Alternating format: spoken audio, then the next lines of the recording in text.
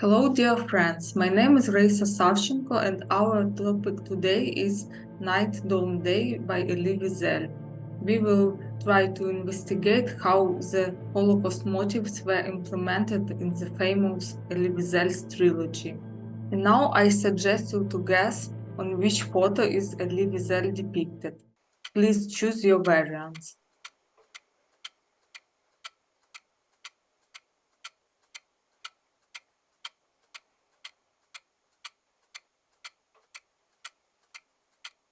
There are four famous persons in this photo, and Elie Wiesel is one of them. And here we are. The right variant is B. So Elie Wiesel was born on September the 30th, 1928 in Sziget, a border town with a long and complicated political history. Once a part of the Austrian Empire, the town was given up to Hungary, handed over to Romania, and then taken back by Hungary at the beginning of the Second World War. During the war, Germany incorporated Sziget into the Third Reich. At those times, Sziget was approximately 120,000 inhabitants, and the deportations of the Jews from Sziget started in May 1944. So to say, Wiesel grew up in the town's shtetl or Jewish section. His father Shlomo was a middle-class shopkeeper. In the early years of the war, he helped to save Polish Jews who escaped to Hungary. That's why he even spent a few months in jail. Wiesel's mother, Sarah Faith, was a highly cultured woman who insisted that her son study the Torah, Talmud, and mystical doctrines of the Kabbalah and the teaching of Hasidic masters. It was almost impossible that such a pious Jewish youth would become a future French novelist. If someone had told that to Elie Wiesel before, he would not believe that. But really, he became a novelist who received the Nobel Peace Prize. And please try to guess in what year it happened. In what year was Elie Wiesel awarded the Nobel Peace Prize? You see the variants on the screen, and please choose the right one.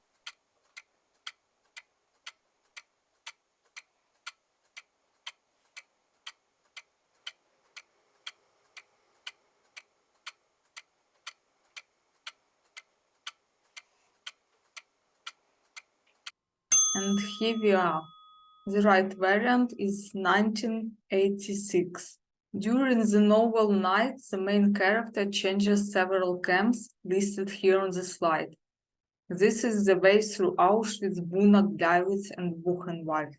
We know from the literary criticism that Bildungsroman is the type of literature which depicts the character's way to maturity. Bildungs means education from German, and Roman is a novel. In some way, Night by Elie Wiesel continues this tradition, but it is the Bildungsroman which initiates the boy into death, not life. The protagonist of the novel, a young Eliezer from Sziget, is deported to Auschwitz when he was only 15 years old.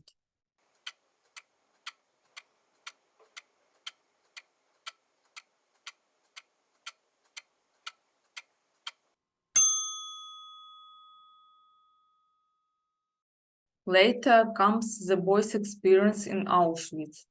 The work is a very important part of life there. Without work, you go straightly into the furnace. And this is confirmed by the words of the capo, a leader of the prisoners' group. Remember it forever. Engrave it into your minds. You are at Auschwitz, and Auschwitz is not a convalescent home. It's a concentration camp. Here you have got to work. If not, you will go straight to the furnace, to the crematory. Work or the crematory, the choice is in your hands. And one of the questions I suggest you to answer, what is the name of the boy's teacher in Night? He had communicated with this teacher before the Jews were sent to Auschwitz. So the variants are Ged, Kalman Shapiro, Moshe Zebidel, or Dr. Russell.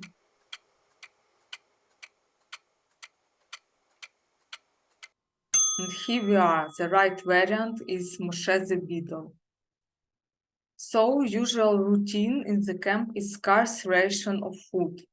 Firstly, Eliezer does not want to eat camp's food, but with the flow of time he agrees. The life in the camp is hard, but some people were disturbed already on the way to the camp. For example, one woman, Madame Schachter, was screaming all the way and she had visions. And here is the question.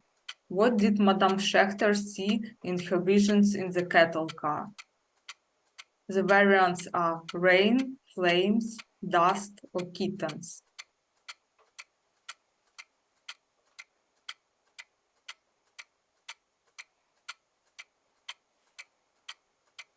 Please choose your variants and we will see the right answer in some seconds. And here we are. The right variant is flames. So Madame Schachter saw these flames, the symbols of the furnaces in the camp, and these visions predicted the future. In the camp, Eliezer met a man whom he knew from the previous life. The man asked about his family. In fact, Eliezer had no news about them, but his words could bring pleasure for the man, so he lied, saying that the man's wife and children are well. And here is a quotation. I knew nothing about them. Since 1940, my mother had not a single letter from them, but I lied. Yes, my mother's had news from your family. Reitzel is very well, the children too. That man which he saw, he wept with joy. The character has his own complicated history of the relationship to God. In the camp, he ceased to pray and started to doubt the absolute justice of God. Really, why did God allow so much suffering and unjust death which happened at the camp? There is no answer. So our protagonist really sympathizes with Job. Job, who lost everything but did not lose his faith in God. During the bombing attack of the Allied forces on Buna, the main character admits that every bomb brought them the feeling of joy. They were not afraid of such death anymore. Otherwise, they had hoped to be liberated, and it gave new strength to the prisoners. We were not afraid.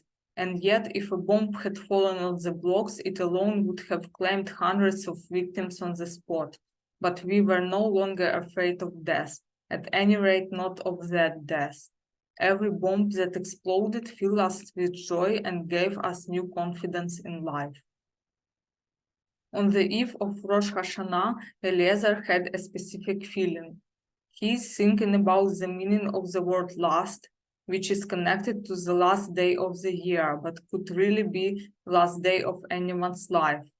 On the eve of Rosh Hashanah, the last day of that accursed year, the whole camp was electric with tension, which was in all our hearts. In spite of everything, this day was different from any other. The last day of the year. The word last rang very strangely. What if it were indeed the last day? Eliezer sees enormous crowd gathered for prayers and is thinking, what is it comparing to God? What are you, my God, I thought angrily, compared to this afflicted crowd, proclaiming to you their faith, their anger, their revolt? What does your greatness mean, Lord of the universe, in the face of all this weakness, this decomposition, and this decay? Why do you still trouble their sick minds, their crippled bodies? In his heart, Eliezer feels rebellion against God. No need to bless the name of the creature which allowed Auschwitz and other extermination camps to exist. Why? But why should I bless him? In every fiber I rebelled. Because he had had thousands of children burned in his pits, because he kept 6 crematories working night and day on Sundays and feast days, because in his great might he had created Auschwitz, Birkenau, Buna, and so many factories of death. How could I say to him, blessed art thou, eternal master of the universe, who chose us from among the races to be tortured day and night, to see our fathers, our mothers, our brothers, and in the crematory, praised by thy holy name. thou who has chosen us to be butchered on thine altar. So it is a scream of despair of Eliezer when he feels no answer of God to his previous prayers. And the people, the victim of the extermination camps, they could feel betrayed by God. But this man here, whom you have betrayed, whom you have allowed to be tortured, butchered, gassed, burned, what do? They pray before you. They praise your name. So these victims are continuing to praise God's name no matter what happened. Eliezer feels the will to accuse God, and according to that, the boy stops being in the victim's position. This day I had ceased to plead. I was no longer capable of lamentation. On the contrary, I felt very strong. I was the accuser, God the accused. My eyes were open, and I was alone, terribly alone in a world without God and without man, without love or mercy.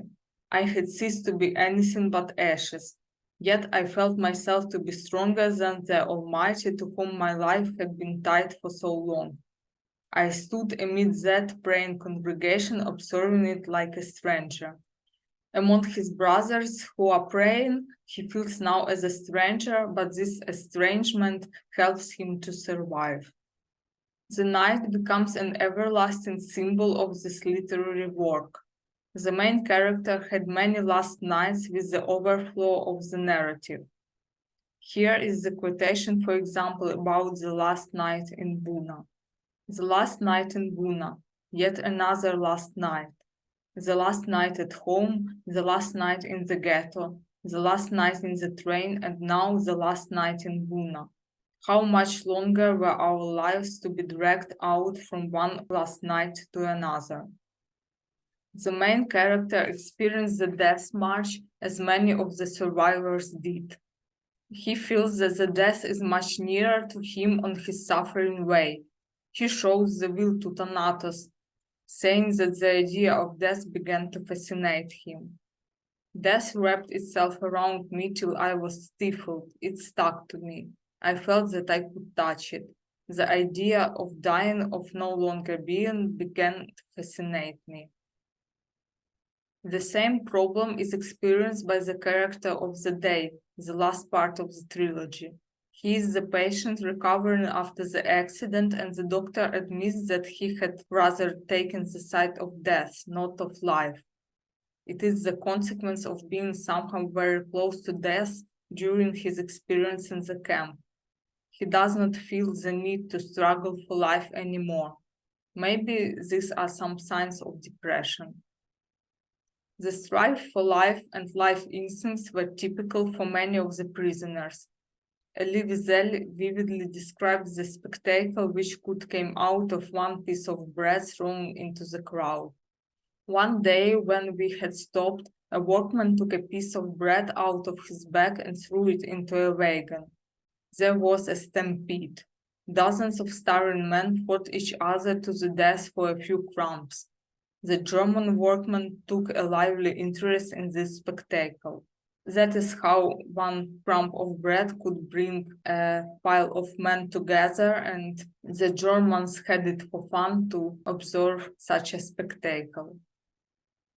The relationship between the father and the son is one of the main topics in Night. In the Night, the relationship of son and father is a testing ground for moral values of a son. The only prayer which arose in Eliezer's soul is connected to his father. He is asking to have strength not to behave as Rabbi Eliyahu's son, who left his father behind intentionally. And here is connected the question for you: what was the name of Eliezer's father? The variants are Harry, Shlomo, Elijah, David. Please choose your variants.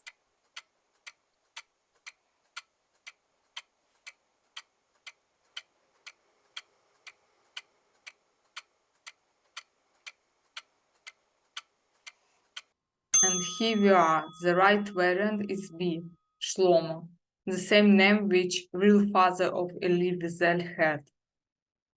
We can say that the plot of sacrificing Isaac is turned upside down in the narrative of Night, and here father and son are facing the altar together, continuing caring for each other until the very end, which was the father's death. And here is the connected question: how the binding sacrifice of Isaac is called in the Jewish tradition? Meshulam, Mezuzah, Akedah, or Galut?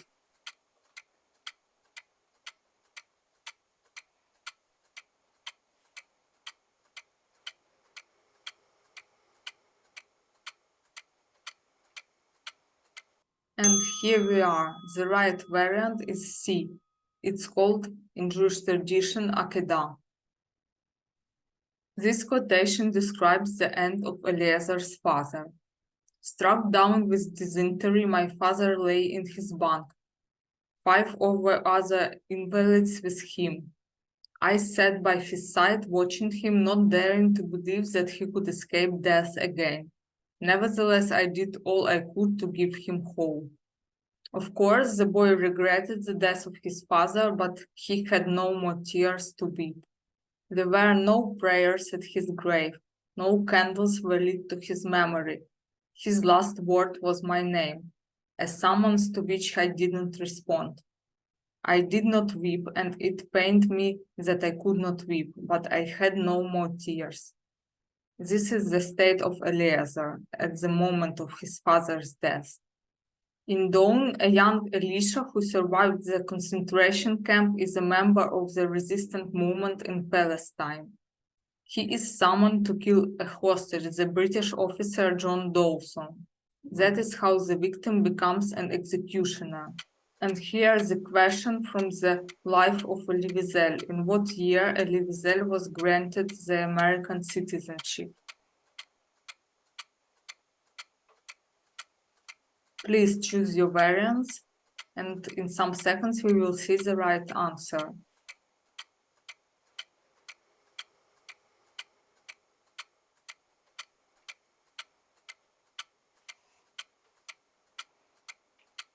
And here we are. The right answer is 1963.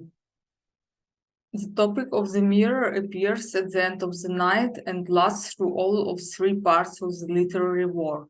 Here is the quotation about the gaze into the mirror in the night. These are the final lines of the night. The gaze of the alive corpse can be perceived as the gaze of death itself. This stare has not left Eliezer for the whole of his life. Maybe the previous look into the mirror generated the fear of looking into it. That's why the character in the last part of the trilogy Day refuses to look into the mirror in the hospital. Even his portrait in the end comes to ashes. The living character wants to leave no reflections of any kind on the earth, just live his life until he is alive. The eyes often symbolize death itself, so any look can be the look of the death. Here is the quotation from the Dawn. Death is being without arms or legs or mouth or head. It is all eyes. If you ever meet a creature with eyes everywhere, you can be sure that it is death. So there is a reason to avoid the creature with all eyes. Also, there is a fact about the character of the Day. He had complicated relationship with women, not able to feel the life in all its contrasts. It is also a consequence of his being for a long time in the camp. Slide 32. So through the whole trilogy, we experience the moving through night and dawn to day, which gives the enlightenment to the main character's thoughts and shows the development of the character's soul. And here is such a summary for our today's lecture. Thank you for your attention and see you on the next meetings about Babi Yar by Anatoly Kuznetsov and the fate of women in Holocaust literature. You can put the questions you have in the chat and I will gladly answer them. Thank you for your attention and see you at the next meetings.